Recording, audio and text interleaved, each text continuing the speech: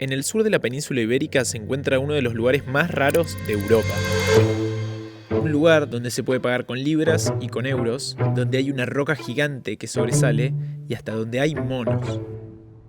Un lugar donde todas las mañanas miles de personas hacen fila para cruzar una frontera entre dos países para ir a trabajar. Y todas las tardes esas mismas personas hacen fila para volver a sus hogares.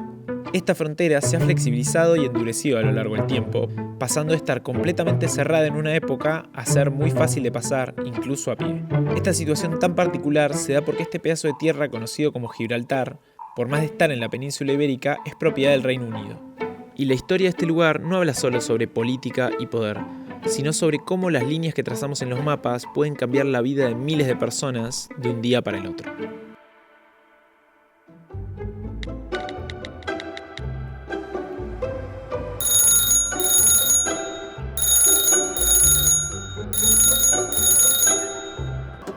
Hola. Hola, Fran. Soy Fran. ¿Qué haces, Fran? ¿Todo bien? Todo bien, todo bien. Che, escúchame, yo ahora estoy del lado de España. Ya que vos estás del lado británico, ¿por qué no empezás contando cómo es todo por ahí? Dale, vamos. El Peñón de Gibraltar se encuentra en una de las orillas del estrecho que tiene el mismo nombre. De este lado estoy yo, y atravesando el paso fronterizo está la ciudad de la Línea de la Concepción, parte de Andalucía, en España. Este lugar tiene casi 6 kilómetros de largo y 1 kilómetro de ancho, y también tiene una impresionante roca de 411 metros de altura. Y el cruce fronterizo entre la Línea y Gibraltar es muy particular. Una vez que pasás el paso migratorio, tenés que pasar por toda una pista de aterrizaje, donde llegan los aviones que solo vienen desde el Reino Unido. Y cuando llega un avión, la gente no puede pasar. Una vez que aterriza el avión, la gente pasa y tienen que limpiar toda la pista. Ok, bueno, antes de seguir con esta historia necesito contarte sobre el patrocinador de este video mientras lo estoy editando. El patrocinador en esta ocasión es NordVPN, que está apoyando por primera vez este canal y estoy muy agradecido por eso. Todo el año pasado estuve viajando mucho y cuando viajo mi computadora y todas mis cuentas se vuelven locas, porque piensan que hay otra persona intentando ingresar a ellas desde otro país, aunque sea siempre yo. Así que lo que hago es, con un solo botón me conecto a NordVPN, que me conecta a la red de internet del país que yo quiera. Mirá, lo tengo directamente la app en el escritorio de mi compu. Y como yo estoy viviendo en España y tengo todas mis cuentas vinculadas ahí, lo conecto a la red española. Y así todas mis cuentas funcionan perfecto. Pero ese es solo un uso que tiene, porque puedes usar NordVPN para miles de cosas. Por ejemplo, como te puedes conectar a internet vía cientos de países, podés ver el catálogo de Netflix específico de cada país. Y además, internet se está convirtiendo en un lugar con cada vez más peligros, con amenazas como el robo de muchos de nuestros datos y contraseñas. Internet ya no es tan seguro como lo solía ser. Y NordVPN me encanta porque con tan solo un botón ya me protege de muchas de estas amenazas. Y ahora están ofreciendo una garantía de 30 días en la que si no te gusta, te devuelven todo tu dinero en ese periodo de tiempo. Así que anda y cliquea el link en la descripción que es nordvpn.com/Argerich. Cliqueando en ese link estás apoyando a mi canal y además tenés la posibilidad exclusiva de tener 4 meses extra de NordVPN. Muchas gracias NordVPN por auspiciar este video y por ayudarme para que pueda seguir haciendo mejores videos en el futuro. Ahora volvemos a Gibraltar. Hoy casi 30.000 personas viven en Gibraltar y cuando estás acá bien podrías sentir que estás en una de las islas británicas. Se puede pagar en libras, por todos lados ves sus cabinas de teléfono, su zona de correo, diferentes cadenas de supermercados o de ropa y anuncios de sus platos típicos. El principal recordatorio de que no estás en una de las islas británicas es el cruce fronterizo. Y esta zona en específico ya ha sido habitada por muchísimos años, teniendo desde yacimientos prehistóricos de hace más de 40.000 años hasta restos que indican que los fenicios y hasta los griegos pasaron por acá. Y también, como pasó en varios lugares de la península ibérica, estuvo bajo el dominio de varios grupos a lo largo del tiempo, como los romanos, los visigodos, el Imperio Bizantino y los musulmanes, que tuvieron el primer asentamiento permanente en el año 1160. Luego, en el siglo XV, pasó a ser parte de la Corona de Castilla. Bueno, hasta acá es un típico proceso en el que un lugar va pasando de mano en mano a lo largo del tiempo. Pero acá es cuando las cosas se empiezan a complicar. Durante la Guerra de Sucesión Española, a comienzos del siglo XVIII, una flota formada por navíos ingleses y holandeses, aliado de los Habsburgo, atacó al Peñón. Finalmente, esto desencadenó la entrega de la posesión territorial a los ingleses.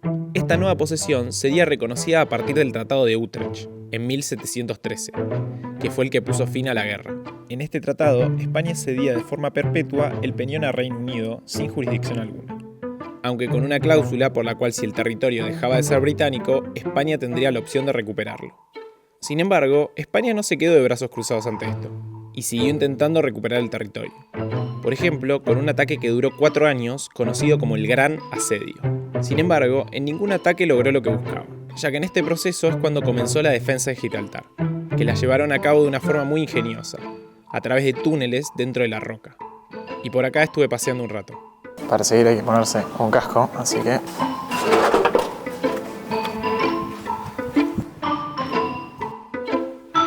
Tanto adentro como fuera de la roca, los ingleses posicionaron artillería para poder defenderse.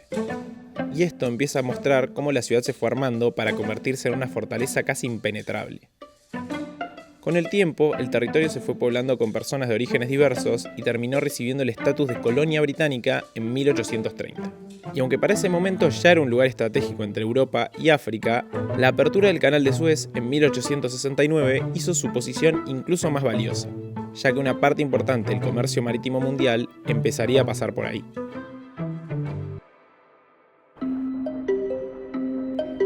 Por las históricas tensiones, la frontera nunca dejó de ser un punto complicado.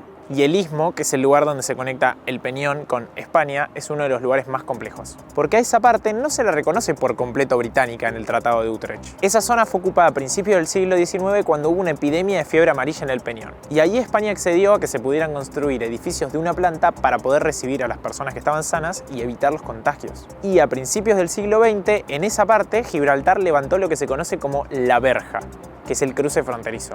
Y más adelante, tanto la Primera como la Segunda Guerra Mundial hicieron que aumente aún más la importancia estratégica del lugar, especialmente como punto para dar provisiones. Así que en 1938 se construyó esto que está atrás mío, que es el aeropuerto.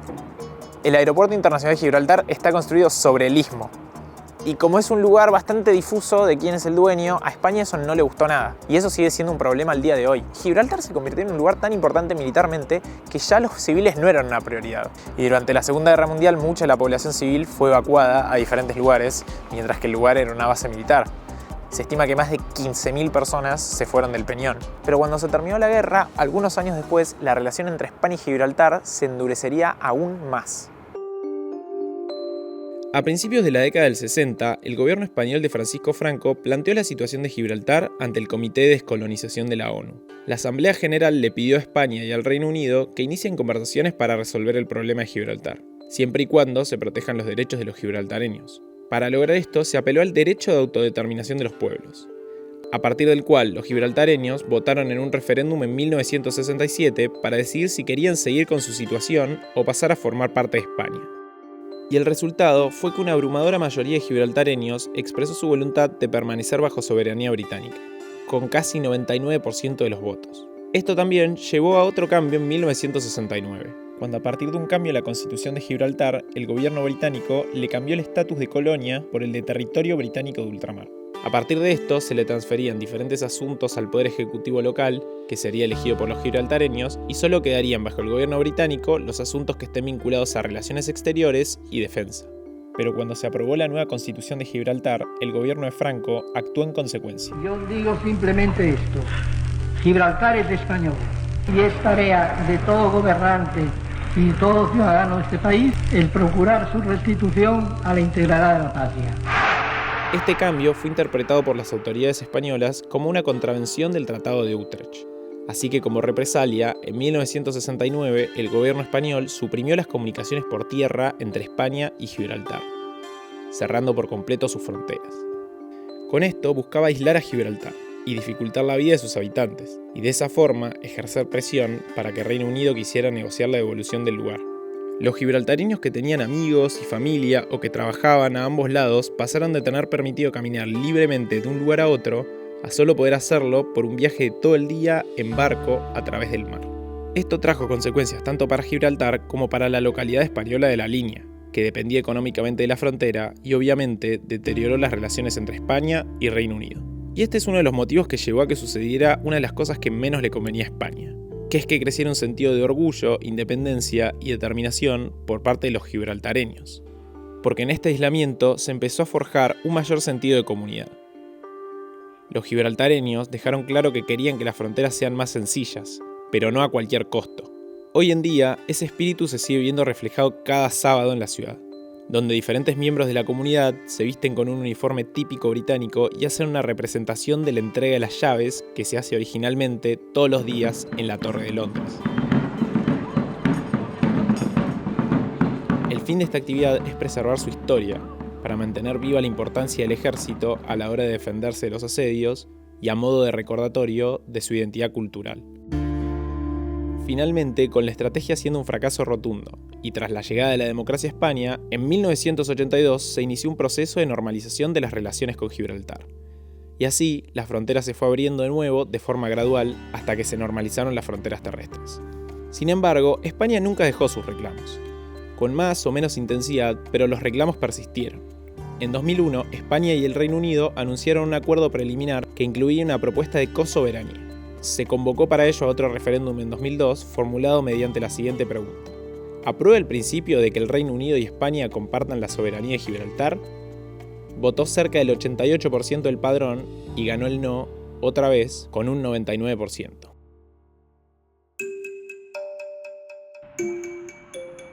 Y aunque parezca que los referéndums marcan diferencias muy claras, el cruce cultural es inevitable. Hasta el idioma se mezcla, porque hay carteles que se pueden leer en inglés y también en español. Y hasta se desarrolló un propio idioma, que es una mezcla entre español e inglés, que se llama llanito. Y es algo muy identitario de este lugar, y por eso hay muchas asociaciones que tratan de proteger ese idioma y tratar de salvaguardar su legado. Ahora bien, después de los 2 rechazos en los referéndums, ¿por qué España sigue reclamando? Mucho tiene que ver con el nacionalismo y la importancia de recuperar un territorio que creen propio.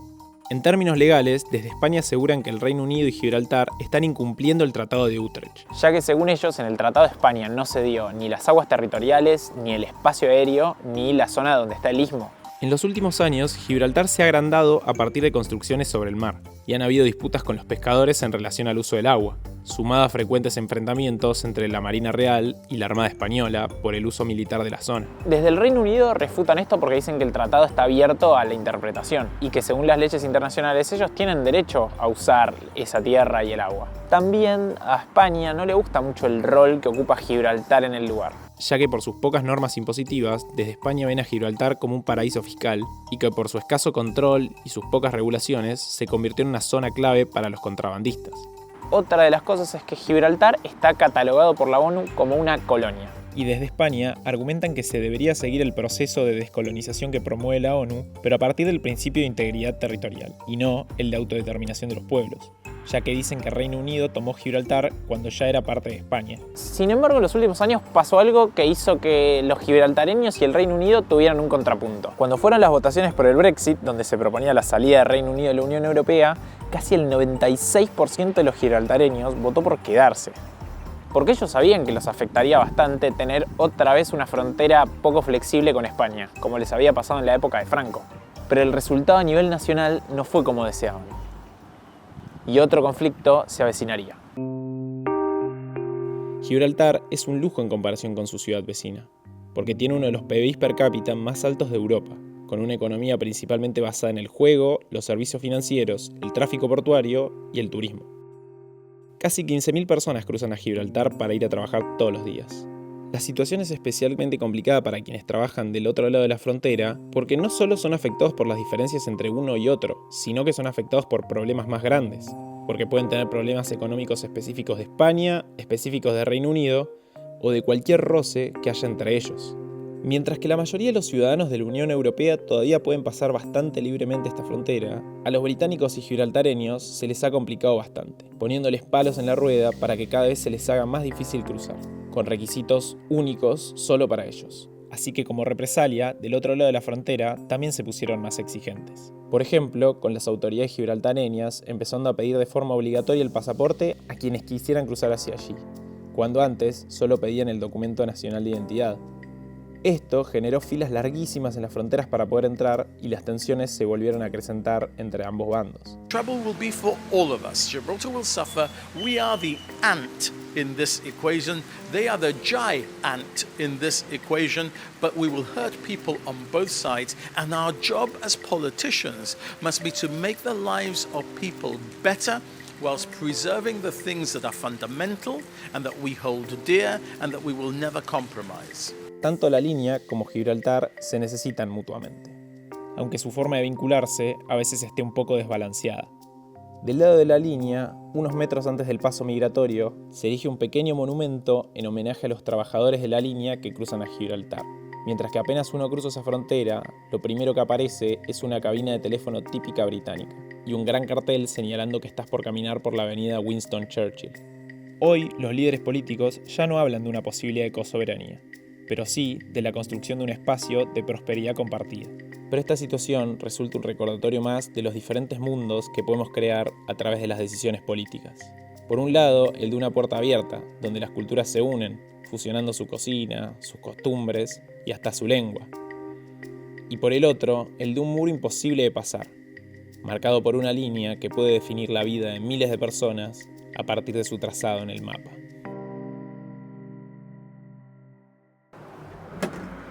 No me quería ir sin dejar de decirte que muchas gracias por llegar al final de este video, que me encantó hacerlo y me encantó explorar este lugar tan particular en el mundo. Si todavía no lo hiciste, me sirve mucho que te suscribas a mi canal o que me dejes un like en este video. También te puedes suscribir a mi Patreon, donde puedes hacer un aporte económico para que puedas hacer mejores y más ambiciosos videos. Estoy muy abierto, como siempre, a temas para lugares para explorar o ideas para hacer videos. Así que bueno, como siempre, muchas gracias por mirar y nos vemos en el próximo.